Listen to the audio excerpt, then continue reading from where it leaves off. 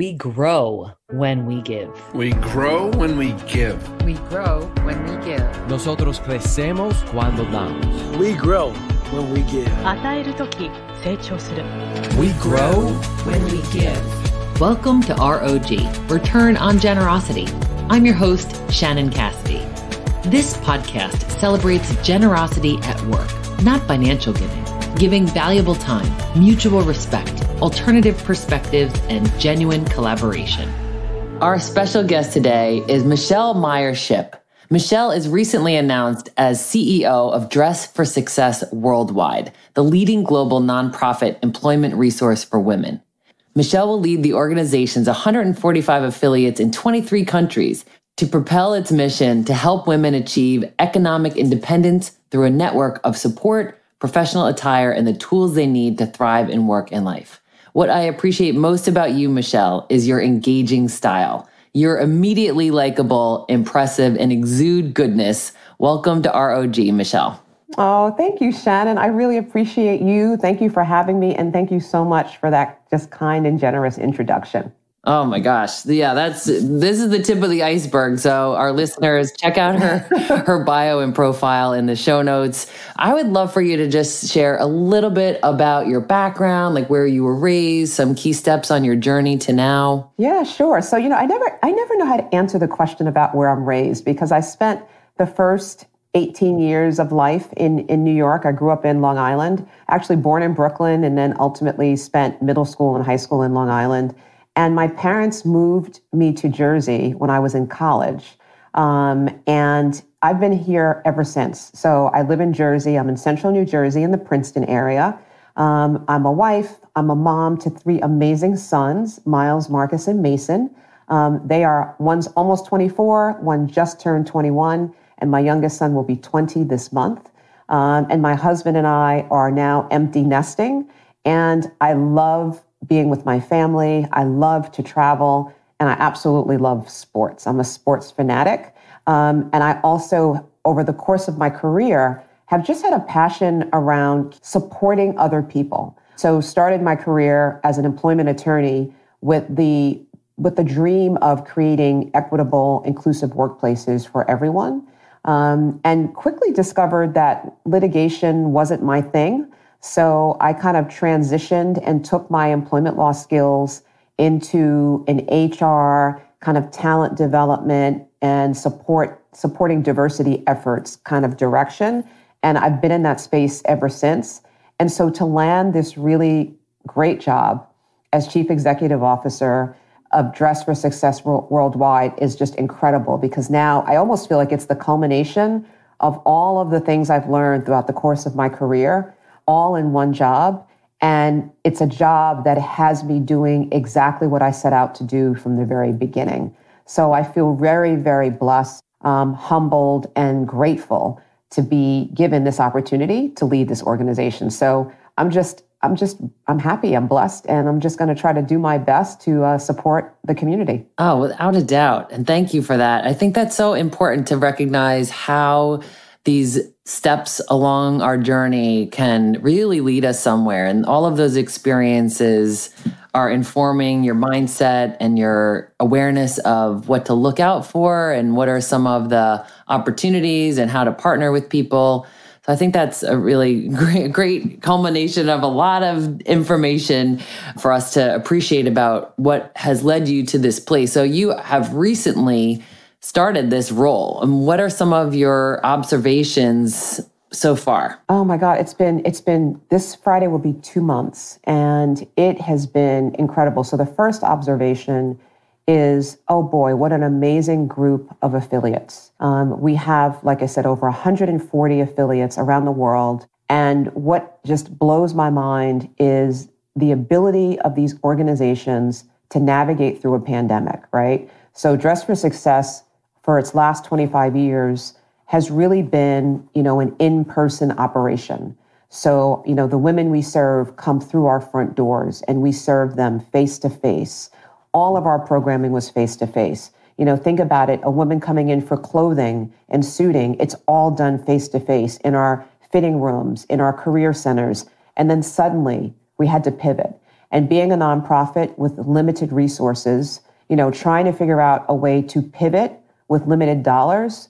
I mean, it's just amazing to me. We managed to do it for 2 full years and to find ways to be creative, to go online, to take our services to the community, to the women. So that has been one of the biggest aha moments for me, is just how impressive this group of leaders is. And I'm really excited to see what's going to come. I'm literally just planning for the future and planning for what does Dress for Success, now 25 years and beyond, going to look like as we navigate in this new reality of the way of work coming around the other side of the pandemic. And I mean, and even something as simple as our suiting services. For 25 years, people have known us as the place where you drop off your suits. But guess what? People aren't just wearing suits to work anymore, right? So even as we reimagine what kind of clothing we need for the women that we serve, we need a diverse array of clothing for our women. And the same thing with our career services. We offer, job prep skills, interview training, resume support, mock interviews, mentorship, alumni networks, if you will, for women who come through our program. So there's all the support that we offer. And it really does all come back to us being able to wrap our arms around women and me being surrounded by folks both on the worldwide team and in the affiliates whose sole job and sole care is about the women we serve. So it's awesome. So, you've had a lot of work experience. You've been in several different organizations like Major League Baseball, KPMG, Prudential Financial. So what are some of the ways that you have seen generosity in the workplace through the course of your career? Yeah, so I've seen it a bunch of different ways. And I actually want to take this question and answer it 2 ways. I think the first way I want to answer it is how I've seen generosity over the past couple of years, right? So, I mean, the past couple of years have been horrific. The pandemic, and if you recall, right at the top of the pandemic, we were also dealing with all of these social justice issues, right? We had Black Lives Matter movement based on things that were happening to the Black community. We had, Stop Asian Hate, based on all of the targeting that was happening in Asian communities being accused of bringing the pandemic to the States. And we continue to have, a horrific situation around, folks in the LGBTQI community. So, we were navigating all of this, and it was painful. It was stressful. People were trying to figure out, like, how the heck am I supposed to navigate my daily lives? And the way I saw generosity show up during all of that was really different than anything I've ever seen before. I saw, and I tried to myself constantly demonstrate giving people grace and space every single day. So, we're working virtually. We're worried about all of these things. So, I saw leaders do things like always start a meeting, any team meeting, with a check-in. And I do that to this day, right? You start your meeting with a check-in and you ask your people, before we start this meeting, how's everybody doing? And you can do a quick go around the room, depending on how big the virtual room is. Or, you can just generally ask folks, hey, give me a thumbs up if you're good.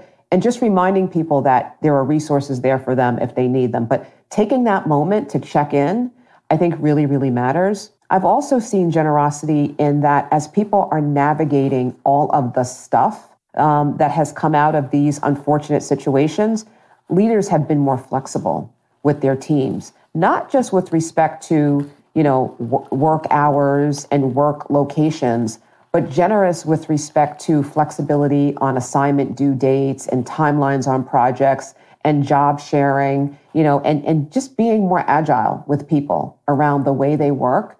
It's been really, really critical. And I think for the first time, I've seen more empathetic leadership than I've ever seen before. And again, remember, I'm an employment lawyer, right? So my entire career in HR and legal in particular, I usually was responding to a manager who was not being humane at all to his or her employees. Well, now fast forward, over the last 2 years, I've seen more generosity, kindness, and empathy than ever before. So I would say that generally with respect to the last 2 years, but just overall in the workplace, I see generosity when people engage with each other and are purposely inclusive of one another, right? So, for example, I've been in many spaces where, you'll see a leader walk down the hall and the leader is, getting ready to go to lunch, and the leader will ask not just one person who's his or her friend, but whoever's there, hey, I'm going to go down to the cafeteria. Would anyone like to join me? Like, being generous to invite and include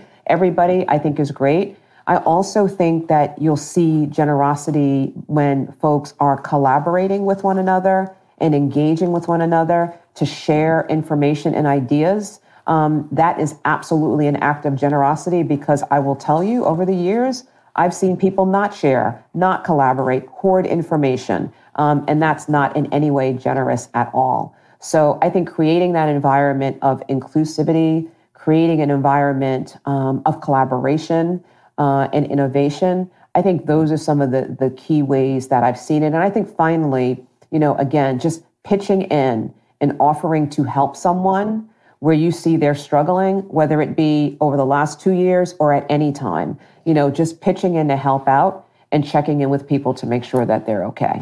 Those are some of the different ways I've seen it show up.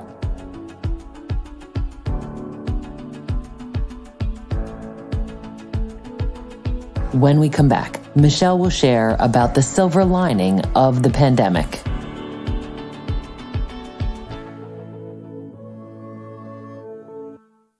Hello, I'm Joe Panfield, President and CEO of the T. Howard Foundation. We fulfill our mission to increase diversity in the media industry by offering college students paid internships with major media companies. As a result of their internship experience, nearly 200 of our interns are hired every year in communications, marketing, and even on-air talent. For more information about our program, visit t-howard.org. And we're back with CEO of Dress for Success Worldwide, Michele Meyer-Shipp. And I love what you're saying about grace and space, really giving people the opportunity to be and to process and whatever it is that they need. We could really create environments where there's more of that conscious inclusion, that open, how do we open up the seats and make sure that everybody feels like they've got one if they want one?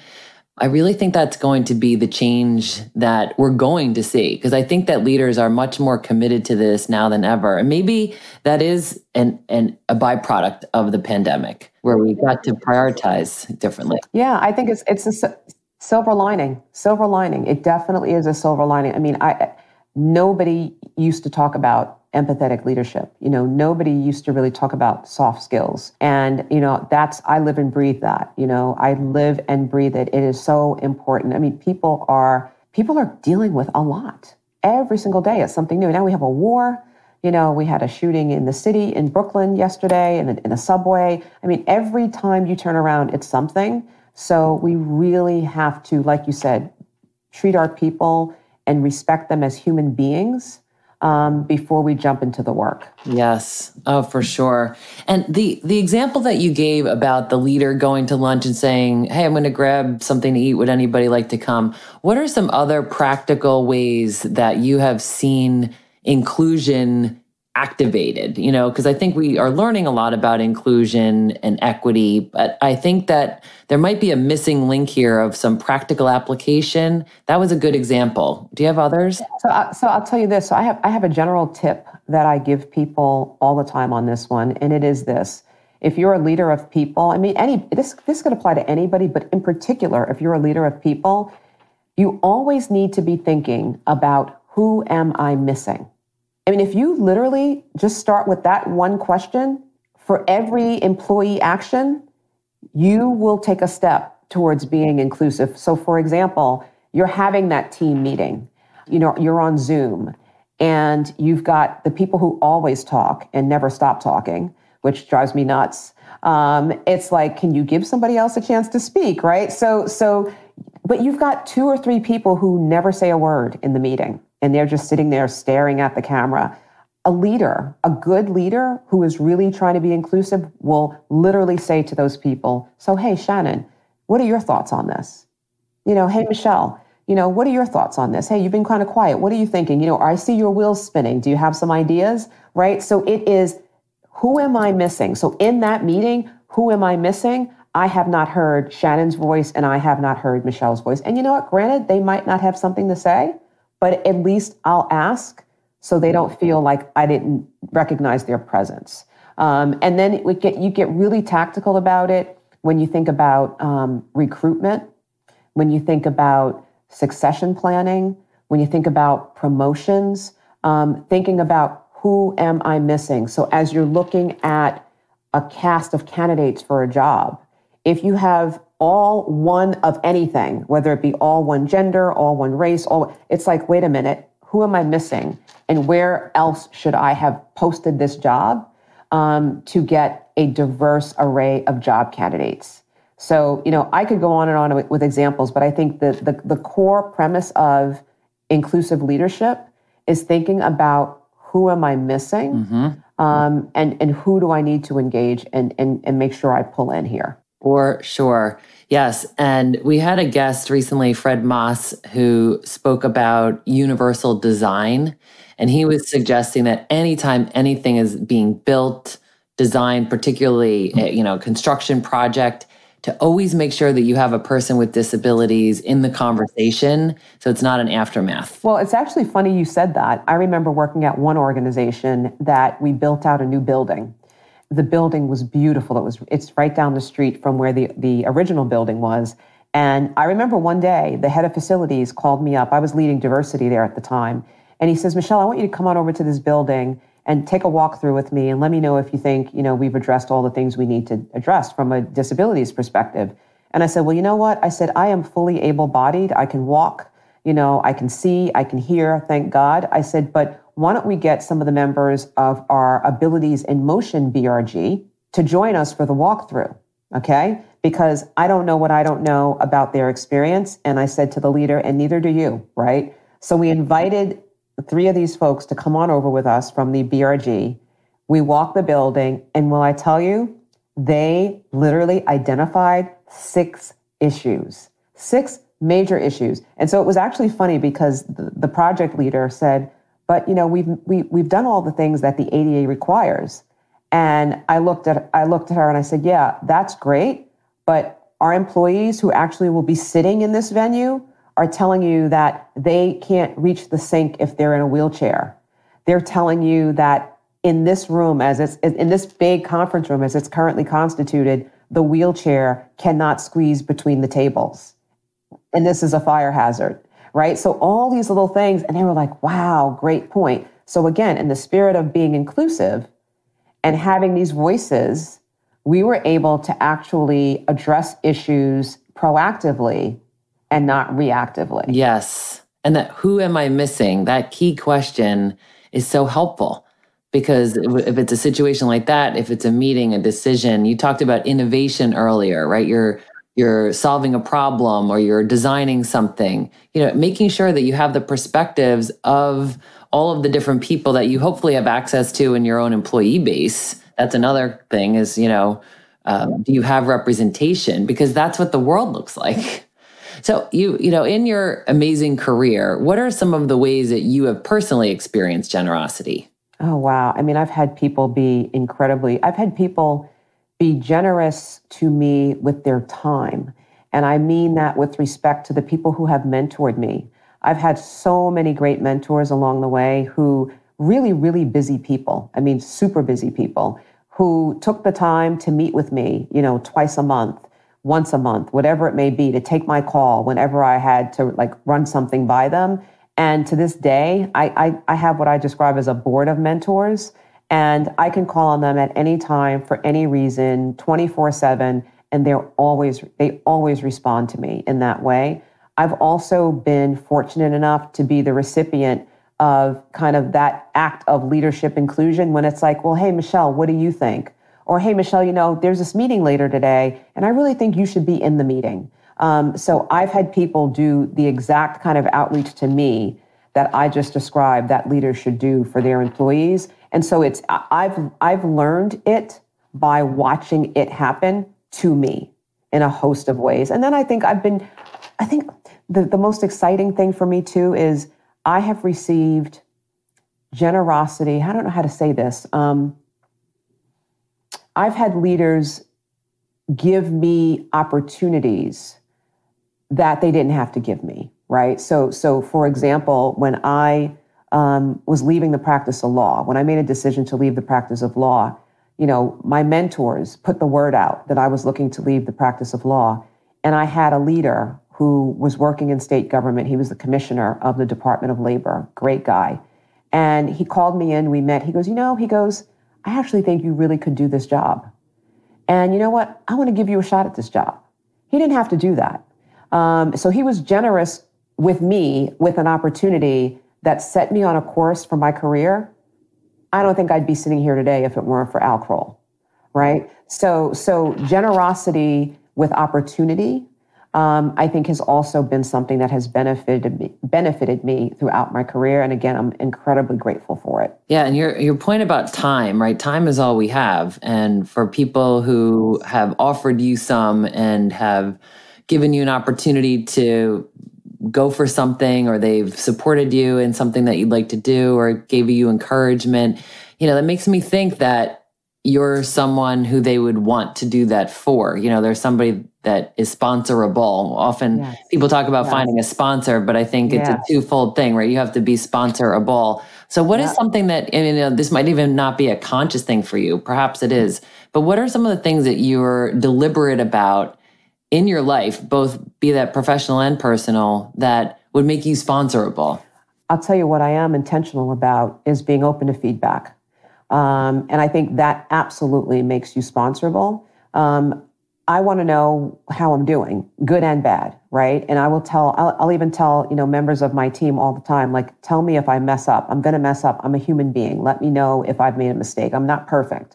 So I think what makes me sponsorable is the openness to feedback, my openness to taking on different and stretch opportunities. I mean, I'll tell you, when I was at Prudential, and I made a pivot there from being an in-house employment lawyer to leading global diversity and inclusion, it was because somebody who I didn't even know was sponsoring me noticed that I was always willing to raise my hand and take on the stretch opportunity. Always willing to raise it, and did on multiple occasions. And it was through me demonstrating my ability to, hey, I'll take that project. Hey, I'll lead that global cross-functional team on this brand new project. They're like, wow, okay, like she's really committed and loyal. And so you know what? We're going to give her this opportunity. So I think that would be the way I would respond to that question. I'll tell you something. I learned a lot from every organization I worked at, but when I learned a lot about that concept of we and not I when I worked for Prudential. I spent a lot of time in Japan, and the culture there is a we culture at the workplace, right? And I remember making that concerted kind of focus for me, always being the we and not the I, right? The us, not my.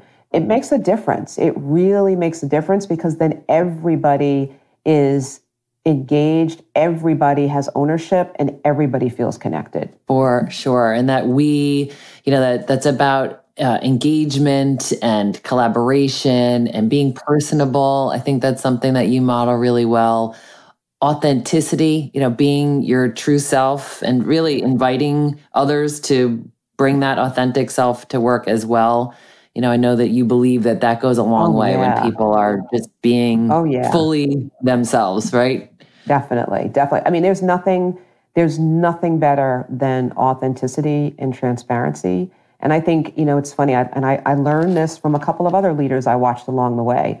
The leaders that were the most authentic, the leaders that were transparent, and the leaders who weren't afraid to say, you know what, I don't know the answer to this. So you know what, team, let's figure this out. I mean, I actually just had a conversation about something like this with my own leadership team yesterday. I said, look, guys, I don't have the answer. I don't know what the right thing is to do here. So I need you all to tell me your ideas. And it's funny because two of them wrote me back instantly, and they had great ideas. And you could tell they'd been sitting on these ideas. And I was like, wow, I'm glad I asked. I don't know if they would have told me if I hadn't asked. But, be transparent, be be vulnerable, be yourself. And, I think what I say to folks all the time is if you work somewhere where you can't be that, then maybe you don't need to work there and maybe they don't deserve you. Absolutely. So one of your life mottos, Michele, is to live life to the fullest. I love that. I'd love to hear you say a little bit more about what that means to you. So it means to me that tomorrow is not promised. On any given day, anything can happen. I think we've all seen that over the last couple of years. So I really try to take stock in every day, to be present where I am. So, people will get annoyed with me at times because I am not great, for example, on email. You know why? Because if I'm in meetings all day, then I'm in meetings. And I'm focused on those meetings and I'm focused on the people I'm talking to. I'm being there to my fullest, being engaged. I'm not talking to you and multitasking, looking at emails, right? So I try to really maximize the moment every day and enjoy it and find joy. It also means to me, candidly, we work hard. We all work really hard. I work hard. I work really long days. I work nonstop. So guess what? I love to travel. I take my vacation. I'm gone. I'm planning my vacations. I want to take my time. I want to spend time with my family, right? So I always am thinking about and living life to the fullest. That means fulfilling work, but it also means fulfilling personal life with family, friends, and loved ones. So my husband will tell you, he's like, Michele, my God, how far out are you going to plan? You're planning everything, every trip, every adventure. And I'm like, yeah, because if with 3 young adult sons, if we don't get it on the calendar now, it's never going to happen. So I'm always trying to just find those ways to enjoy and to focus and to really cherish the relationships and the engagements that I have with folks every single day. Oh, thank you. And I think that's important to remember about, goals are dreams with a plan. Yes. So you had the dream of this family time and these different experiences and places you'd like to visit. So you're planning them. That's right. It's also a good takeaway for us. And just a reminder of being in the moment. Thank you for really giving us this time and attention and for sharing some of your lived experiences and encouragement. This has been such a joy to connect with you. Oh, Shannon, thanks for having me. This has been great. And I tell you, it's a great conversation to have. And it's a timely conversation to have, right? As we try to navigate this weird reality we're in. So I want to thank you for having me. I really appreciate it. And I appreciate, all the work that you're doing here. So thank you. Oh, my pleasure.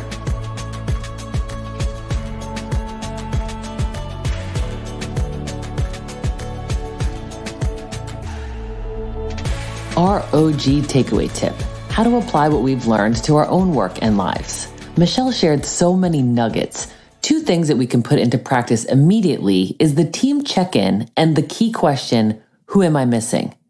Team meetings this week, don't forget to start with a check-in. How's everyone doing? There is a lot going on. We're all juggling so much and have a wide range of emotions on any given day. So how's everyone doing? Take a minute to find out. And the key question, who am I missing? Who is invited to this meeting and who else should be invited?